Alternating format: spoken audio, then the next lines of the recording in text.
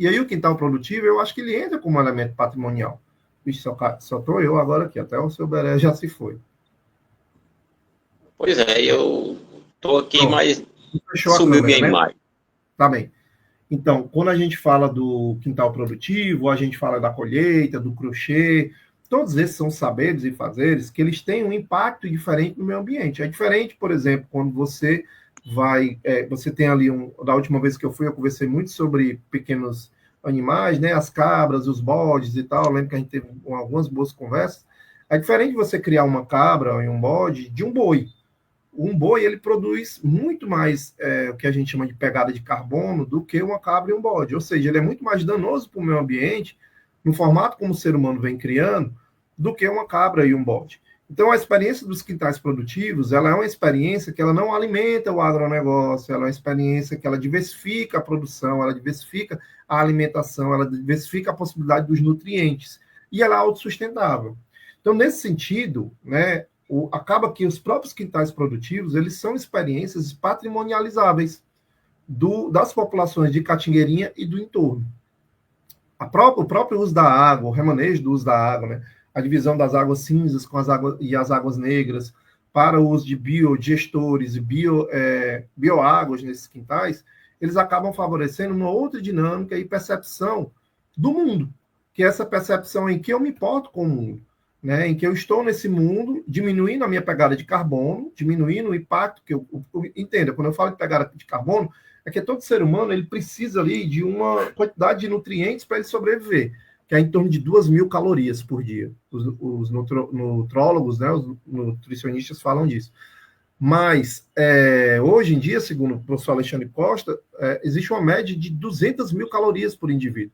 Então, é um indivíduo que usa o avião, é um indivíduo que vai usar o carro, é uma outra forma de viver nesse mundo que traz um impacto muito severo. E, então, quando você olha para as comunidades, né, rurais, né, e que estão com essas experiências do biodigestores, do bioágua, das cisternas de placa, existe uma preocupação, né, com esse mundo, uma preocupação, como queira chamar, com o meio ambiente, que nos aproxima desse debate entre patrimônio e meio ambiente, porque para mim essas experiências elas são patrimonializáveis, né? Quando a gente vai lá para dentro do museu, a gente pode debater sobre isso. Quando a gente vai para dentro do, dos quintais produtivos, a gente pode debater sobre isso também. Então, os patrimônios, eles são diversos, eles são tipificados de forma diversa. Mas isso não, e pela legislação também, mas isso não quer dizer que a gente possa inferir, né, trazer outras análises, trazer outros significados sobre esses patrimônios. Para mim, um quintal produtivo ele é um patrimônio, eu não tenho dúvida disso. Então, na imagem aqui, a gente fez esse trabalho, né, aqui o patrimônio natural, o patrimônio documental, também aparece ali o Riacho Seco, Pereiro. Pereiro apareceu muito forte, né? Nas leituras, é tanto que aí depois a gente vai diversificar como é que a gente aborda esse patrimônio. Aqui o patrimônio arqueológico, as cercas de pedra, né, as estradas indígenas, as inscrições rupestres aparecendo ali. Então, feito esse momento de diálogo inicial e formação, os meninos foram em campo. Então, está aqui o Antônio, começando com esse senhor, não lembro o nome dele, né? E os dois meninos aqui, o casal do território, né? Na foto de baixo, né? Que era investigando sobre esses patrimônios, né? Que os mais antigos tinham esse saber sobre, né? Depois o Demi pode citar os nomes, ou vocês mesmos conhecem, né? Então a gente fez esse trabalho de história oral, preenchemos as fichas. Depois de feitas as fichas, identificado o patrimônio da comunidade, a gente acabou tentando construir formas de promoção desse patrimônio. Então a gente traçou 3 estratégias, né? A primeira foi levar o Nay Gleison, que é esse rapaz, ele é historiador de base, mas ele também trabalha com arte e educação, ele é professor da escola da educação básica e ele trabalha com arte nas escolas. Então, ele sabe técnicas de pintar blusa, parede, né, e técnicas diferentes, né? Então, a gente foi para o território, cada uma das pessoas elegeu qual era o patrimônio que achava interessante, e a partir daí foi aprender a técnica de pintura de blusa, né, colocando patrimônio nessas blusas, né? Então a gente fez essa oficina, né? E também a gente fez, não está aqui, né? Você vê a parede ali da Casa da Gracinha, ela ainda está no cimento, né? queimado. Mas aí depois a gente fez a técnica de pintura nas paredes, né? A gente pintou ali a casa de sementes e pintou a parede aí da casa da Gracinha, né? Uma outra possibilidade foi a gente convidou o Gutierrez, que era um profissional da arte, né? Assim, como é que chama? Da arte, não, do cinema, da arte visual, das artes visuais. E aí, para ensinar, né, a manusear a câmera, fazer edição, ainda que fosse de uma forma muito introdutória, mas aí a comunidade foi instruída, né, a eleger também alguns patrimônios que ela queria promover para a gente fazer cursos documentários, né, e colocar no YouTube, né. Então ficou essa série Patrimônio no Sertão, né, com acho que são 5 episódios, né. Aqui está o Pereiro, né, a árvore, a Casa de Sementes, né, e o Cemitério de Serafim. Certo? Então, foi outra forma de promover. Tudo isso, pessoal, que vocês percebem, são metodologias, né?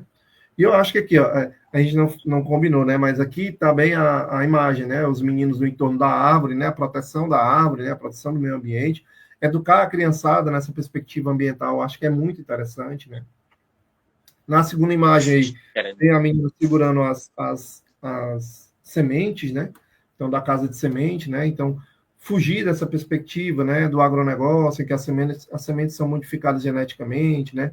Aí a gente hoje tem frutos e tem frutas que aqui o carregador. Tem frutos e tem frutas que não dão semente, né? Então, como é que você vai plantar um fruto e uma fruta que não dá semente? Ele não vai nascer nada dele, né? E aí o cemitério de Serafim também com essa paisagem atrás bem verde, né? Aqui é a construção do museu, né? Como eu falei, tá ali o seu Luiz, né? E os meninos em cima, tal. Acho que é o Renato ali. No sistema de mutirão, né? Para construir o museu ao lado da Casa de Sementes, né? Então essa foi uma outra estratégia, né? Aí o museu já finalizado. Né? Ainda a gente levou o Chico Aragão, que ele era do MIS, né? Do Museu da Imagem do Som, e o Chico ele deu algumas formações ali, né? Sobre exposição no museu, né? Então, na roda de conversa, né, como é que a gente vai expor o que a gente quer, o que a gente tem e o que a gente quer no museu, né? E, de novo, ali, né, perpassando a questão da natureza, né, as sementes e tal. Pronto. Quando a gente terminou essa etapa, aí a gente pensou assim, como é que a gente continua, né, esse processo, né? E aí a minha tarefa, né, todo semestre eu vou, no ano de pandemia não fui, né, e também no ano anterior não fui porque eu estava afastado por um estágio, não estava no país, mas todo ano todo semestre a gente volta, né? Então a gente volta para quê? A gente volta para que as trilhas elas perpetuem, né? Que elas não morram, né? Então a gente tem 10 anos já fazendo essas trilhas, que foi o mote aí da palestra, né? A gente fez a formação, lembro desse dia aqui no canto superior esquerdo, né? A gente está dentro da igreja aí em Catigueirinha. Foi uma formação à noite, né? A igreja estava bem cheia. E aí a gente foi construindo como é que a gente poderia abordar a coisa nas trilhas, né, nos trilhos arqueológicos. Então, teve um outro momento que a gente levou o professor João Paulo Vieira, né, ele falou das experiências das trilhas, dos inventários participativos, né, e aqui na parte de baixo é o guiamento pela própria comunidade, né, quem ficou mais à frente foi o Demi, o Renato em algum momento também teve muito à frente, mas por conta do trabalho acabou saindo, né? E o John já participou também desse guiamento. Então, existe um rodízio de pessoas, mas o Demi aqui, eu acho que essa figura chave, né? Que não deixa aí a peteca cair e sempre está em alerta, né? Quando a gente está chamando para a possibilidade de trabalho com as trilhas, né? O que eu acho que talvez possa ser mais bem utilizado pela prefeitura, pelo Estado, né, ou mesmo pelas escolas privadas aí do entorno, a partir de uma educação patrimonial nas escolas, né, e que vocês têm um patrimônio riquíssimo no seu entorno que pode ser observado, pode ser trabalhado, né, enfim, pode ser visitado. Então, acho que é uma tendência também. A gente pode, não sei daqui qual é o encaminhamento, mas eu também me disponho, né, a gente pode ir antes até, os meninos vão para a aula de campo, eu posso ir um dia antes, e a gente tentar fazer a reunião com diretores, professores de história e tal, para falar da importância desse trabalho, né? Porque vocês têm um território bastante rico para trabalhar patrimônio, né? Aqui, né? A gente tirou essas imagens do lado direito, né? São imagens da dissertação do Agnello Queiroz, que é um parceiro, né? Um arqueólogo. Ele é um parceiro muito, muito importante. E ele trabalhava na região aí, só que não trabalhava nesses territórios. Então a gente conseguiu fazer essa aproximação, aí o Agnello teve nos territórios depois, de Catingueirinha e no entorno, né? E aqui na parte de cima, né, são os desenhos que a gente encontra, não sei se dá para ver com clareza aí na imagem, mas são desenhos que a gente encontra nesses sítios arqueológicos, né? Então, são os povos originários, são os primeiros que habitaram esses espaços, né? As formas humanas, primeiros que habitaram esses espaços aí, que estão escrevendo, né? Fazendo essas inscrições nas rochas, né? Essa imagem aqui de baixo, o Agnello, ele faz uma inferência, né? Ele pensa assim, cara, não dá para saber o que esse pessoal desenhava nas rochas, né? O que eles estavam representando ali. Mas a gente pode tentar fazer algumas reflexões, né? E aí, isso aqui são tribos, né? Aldeias, melhor, aldeias na Amazônia, em que é uma foto de satélite, né? E aí ele está dizendo, olha, a aldeia da direita, ela morreu, né? Ela morreu assim no sentido de que ela não é mais habitável, né? As pessoas saíram de lá e foram para a aldeia da esquerda, né? E essa aldeia, ela não morre para sempre, ela está sempre conectada com outra aldeia. E quando você vê essas imagens de circunferência, né, com ligações, né, entre elas, parece muito com os desenhos que a gente encontra aí no entorno dos sítios arqueológicos, né? Uma coisa interessante, né? Vocês estão situados aqui na ribeira do Rio Jaguaribe, né? Do lado direito da figura, né? Descendo Aracati do Rio Jaguaribe, então vocês estariam aí no baixo, né? Médio Jaguaribe. E todos esses pontinhos vermelhos aí, eles são de etnias indígenas, né? Então você vê, ó, o Rio Jaguaribe ele foi praticamente dizimado, né? As populações indígenas foi meio que passou um rolo compressor, né? Matou todo mundo, expulsou todo mundo. Então quase não tem, né, vestígios, quase não tem documentação, né? É um esforço muito grande, diferente desses outros territórios, né? Então que tem as bolinhas vermelhas e tal. Então esse achado de vocês, né, do pessoal de Catingueirinha, da Lapa, do Baracha, Catinga da Altanazzo, que era o pessoal que estava no grupo ali, ele foi importante para mostrar isso, né, para colocar Potiretama e Alto Santo no mapa das inscrições rupestres, né? Então, quando a gente olha aqui, ó, embaixo tem um círculo, um retângulo, melhor, em vermelho, que eu acho que mostra aí o sítio, a sede de Potiretama. E o retângulo maior, à esquerda, é a fazenda de Pitombeira, né? A fazenda Pitombeira, que a gente sempre visita, né? Uma fazenda aí centenária. Tem um açude ali, ó, essa foto, o açude estava com água e tal. E a gente quase sempre, a gente vai na bola mais alta ali, que é aquela bola em amarelo, né? É um sítio arqueológico, né? Aqui, para o lado esquerdo, são outros sítios arqueológicos, né? Não sei a área ali do algodão, como é que chama, eu me esqueci o nome ali, mas a gente às vezes vai nesse do meio também aí, eu acho. Então tem um movimento, que eu quero dizer aqui que tem um movimento, né, das populações originárias, né, que elas vão se deslocando no passado e que a gente pode evidenciar isso por meio dessas inscrições rupestres. Isso, o Demi falou ali, os capuchos, né? E essa imagem agora, falando com você, quando eu vou falar com outras pessoas que não são do território, então eu não aprofundo tanto, né? Porque não conhecem, né? Mas se vocês olharem para o lado esquerdo aqui, vocês já vê o território todo esquadrinhado, né? Para atividade agrícola, né? Eu não sei quem que está dominando isso agora aí, mas é um território que é diferente, né? Dessa parte aqui da fazenda Pitombeira e dos capuchos, né? É uma área mais já... que esse era o risco que a gente queria evitar, né? Da chegada do agronegócio, né? Da tomada de terras, né? A finalização do açude do Figueiredo, ele colocava em perspectiva a ameaça da construção de um perímetro irrigado e da expulsão de todas essas comunidades do entorno para a criação de agricultura irrigada, né? Então, para o cultivo de agricultura irrigada. Então, essa foi uma estratégia que a gente criou a partir do patrimônio para preservar o ambiente, né? Para preservar o meio ambiente também, né? E para assegurar as possibilidades aí das comunidades permanecerem no território. Aqui,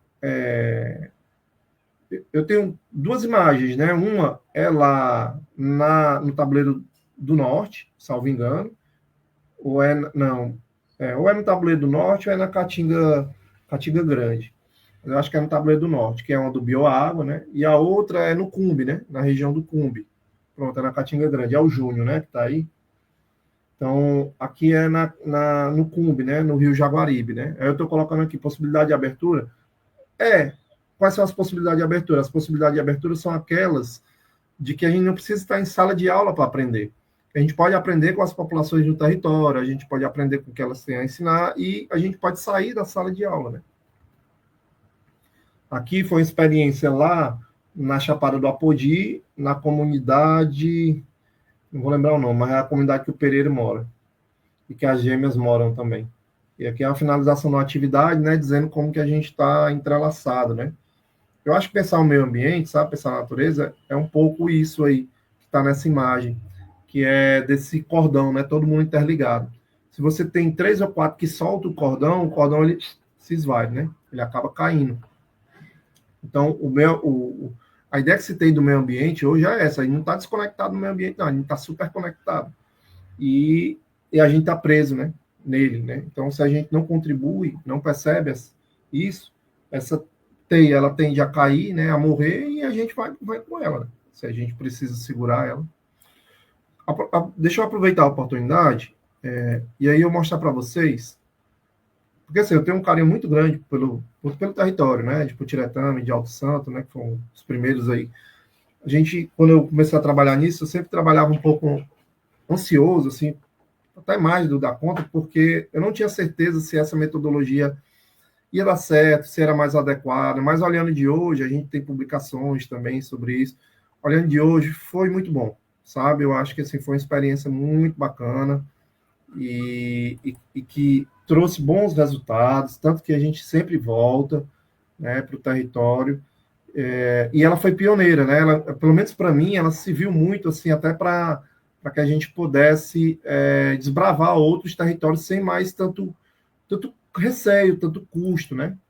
Então, o outro território que a gente foi o território do Tabuleiro do Norte, em 2021, 2022. Eu levei uma turma lá. Vou mostrar para vocês aqui rapidamente, ó. Audiência Pública Limoeiro. Essa daqui.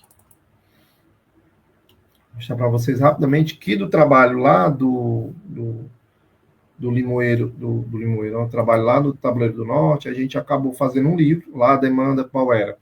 Existe uma empresa que chegou lá naquele território, como esse vídeo vai ficar disponível aí, né? Então eu não posso falar o nome da empresa, né?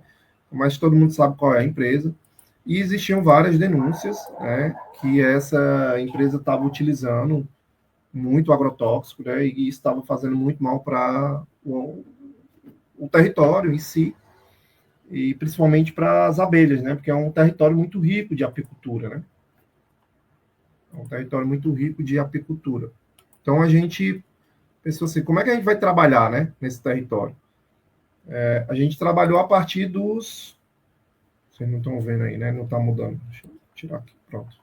A gente vai trabalhar a partir da produção, a gente ficou batendo cabeça lá, né? A gente vai trabalhar a partir da produção que as pessoas tinham, né, nesse território.